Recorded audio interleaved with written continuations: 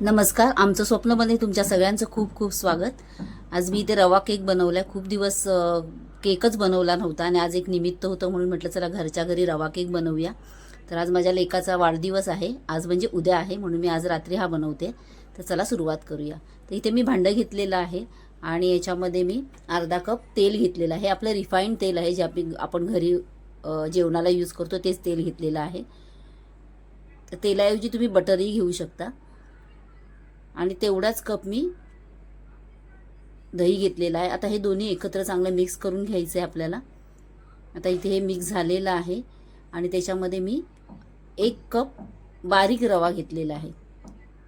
कारण आपण हा रव्याचा केक बनवतोय तर आपण रवा घेतोय आणि त्या रव्याबरोबरच मी पाव कप मैदा वापरते. तर तो हा मी आता सगळं ज्या चाळायच्या वस्तू आहेत त्या चाळणीने आता त्या चाळून घेते. तर आता इथे मैदा चाळून झालेला आहे आणि त्याच्यामध्ये मी जेवढा कप रवा घेतलेला तेवढाच कप पिठी साखर घेते म्हणजे अगदी परफेक्ट गोड होतं. मग आता इथे ते पिठी साखर पण चाळून झालेली आहे. इथे मी बेकिंग पावडर वापरते. ही आता माझ्या घरी होती म्हणून.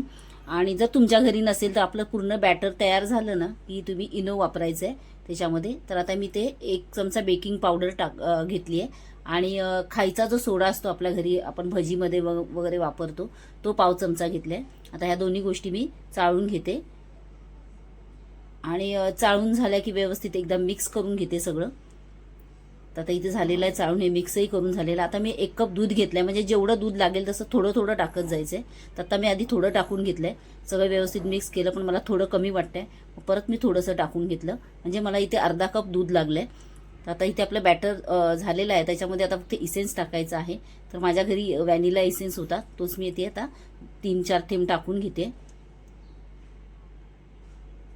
तर आपलं बॅटर संपूर्ण तयार झालं की मग इनो टाकायचं, एकदा मिक्स करायचं आणि लगेच आपल्याला बेकिंगला ठेवायचं असतं. तर आता हे झालेलं आहे. आता हे थोडं बाजूला ठेवते आणि मी आता ते भांडं तयार करते ज्याच्यामध्ये आपल्याला केक करायचं. ते भांडं घेतलेलं आहे, त्याला तेलाने असं ग्रीस करून घेतलंय आणि इथे बटर पेपर बरोबर त्याच्या तळाचा असं कापून घेतलाय, तो टाकून घेतला. त्याच्यावर पण थोडंसं तेल असं ग्रीस करून घेतलं म्हणजे पटकन डिमोल्ड होतो केक. तर आता हे बॅटर मी त्याच्यामध्ये ओतून घेते म्हणजे बाजूलाच मी एक टोप असा एक प्रीहीट करायला ठेवलाय. तर इथे थोडंसं टॅप केलं कारण त्याच्यामध्ये हवा वगैरे असेल तर ती निघून जाते. आणि मी ते ड्रायफ्रुट्स घेतलेत बघा. तर ड्रायफ्रुट्स मी वरती टाकणार आहे. आता मी मगाशी सांगितल्याप्रमाणे माझ्या लेकाचा वाढदिवस होता म्हणून मी त्याचं जे इनिशियल आहे, पहिलं अक्षर आहे नावाचं तर व्ही, तर मी ते असं व्ही आकारात असे ड्रायफ्रुट्स टाकून घेतले आहेत. तर आता बघूया जेव्हा केक तयार होतो तेव्हा असं दिसतं की नाही ते.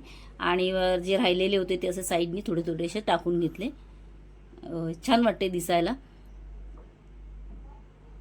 तर इथे मी आता इथे सगळीकडे कॉर्नर्सने जेवढे होते ड्रायफ्रुट्स तेवढे टाकून घेतले. आता तरी व्यवस्थित दिसतोय पण काय माहिती आता पुढे शिजल्यावर बघू आपण काय होतंय.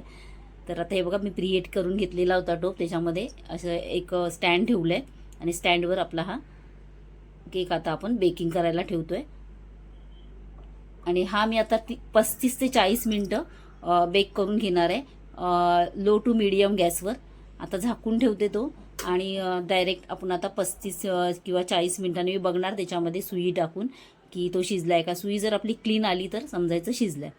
तर आता इथे झाकते, आता उघडूया आपण 35 मिनिटांनी. तर इथे 35 मिनिटं होऊन गेलेली आहेत आणि केकही आपला थंड झालेला आहे. तर बघा किती मस्त केक दिसतोय. व्ही थोडासा इकडे तिकडे आहे दिसतोय थोडाफार पण ठीक आहे चला. आणि हे बघा आता मी डिमोल्ड करून घेतलेला आहे. एकदम स्मूथली असा डिमोल्ड झालेला आहे.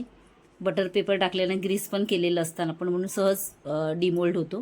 तर आता इथे आपला केक तयार आहे आणि आता बड्डे बॉय केक कट करतोय. तर बघू शकता तुम्ही किती सुंदर केक झालेला आहे आणि खूप खायलाही खूप टेस्टी लागतो.